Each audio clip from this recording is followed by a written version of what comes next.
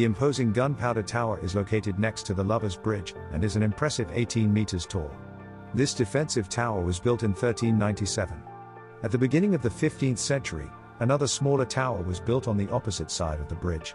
Together, these two towers formed the waterport.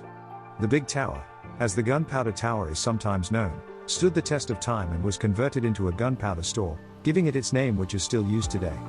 At the foot of the tower is the Gunpowder Tower Park, a hidden, peaceful spot which can be accessed via the metal staircase next to the tower.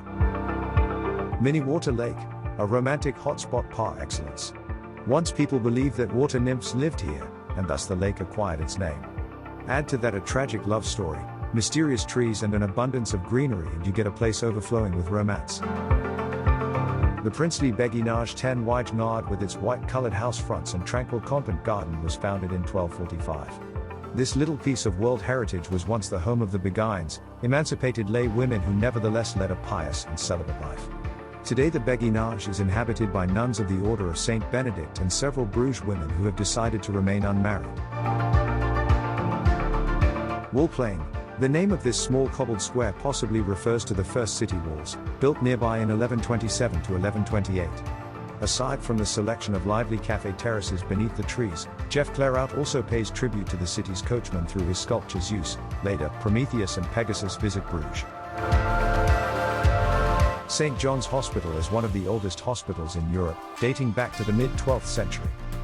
Surprisingly enough, in the middle of the car park there is a small orchard that recalls the gardens that adorned the area until the 19th century.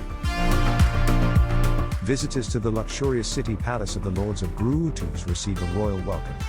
One of the major attractions is the Hall of Honor with its tapestries, impressive fireplace and richly decorated rafters, all witnessing the wealth and affluence of the Lords of Bruges.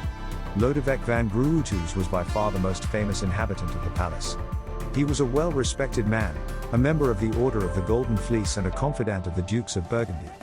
At the start of the 15th century the Bruges family built their former storehouse into a luxurious mansion. Lodewijk later added a south wing with a chapel, through which a connection arose with the Church of Our Lady. The Spanish King Philip IV bought the building in 1596 and donated it to the Mount of Piety as a charitable pawnshop. Due to the absence of quay walls, Dijver is the only place in the city where the Raya has preserved its natural appearance. Yet this canal is not called Ray as is the case almost everywhere else, but Dijver, which means holy water in Celtic. It is possibly the oldest place name in the city. Due to the presence of a forest of oak trees which was sacred to the Celts, they most likely considered this spot along the water as a sacred cult site. Welcome to the city's most popular spot for photography, Rosary Quay. Once upon a time, rosaries were sold here. Today it provides one of the city's loveliest views. Summer or winter, morning and evening, sun or rain, the romance of the Rosary Quay always works its magic. Tucked away between the fish market and the Rosary Quay, you'll find the Tannis Square, one of the intimate little squares with which Bruges abounds. And just a stone's throw from the Market Square and Berg Square. In the Middle Ages this was where the tanners worked their leather, but today it's given over to the good life.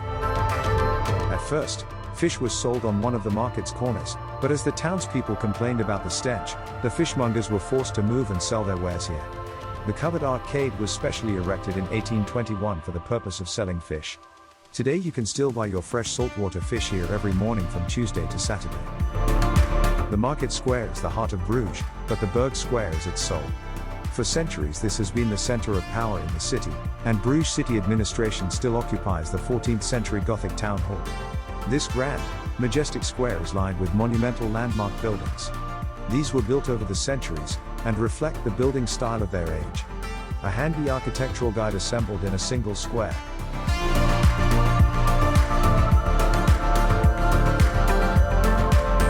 The beating heart of Bruges has long been dominated by the Belfry, 83 meters high, the city's most prominent building.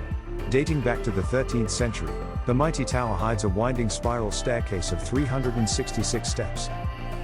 The mathematician and physicist Simon Steven, after whom the square is named, stands proud on this lively square, which is framed by neat rows of linden trees. He invented the decimal system for fractions and created the mathematical basis for the construction of fortifications. Bruges' oldest parish church has amongst its treasures a rude loft with an organ, medieval tombs, Brussels tapestries and a rich collection of Flemish paintings. Welcome to the largest square in Bruges. Until the early years of the 20th century, this was the site of the railway station. Now the striking concert hall demands your attention, and the open square boasts as many as 150 linden trees. This is also the place where many major events are held. This international music and arts center offers the very best in contemporary dance and classical music. The impressive concert auditorium has 1,289 seats and an intimate chamber music hall of 322 seats, famed for their excellent acoustics. When the station moved from Toussaint Square to the city's edge, the tracks gave way to King Albert I Park. With water features at either end, this delightful park leads visitors into the elegant center of Bruges.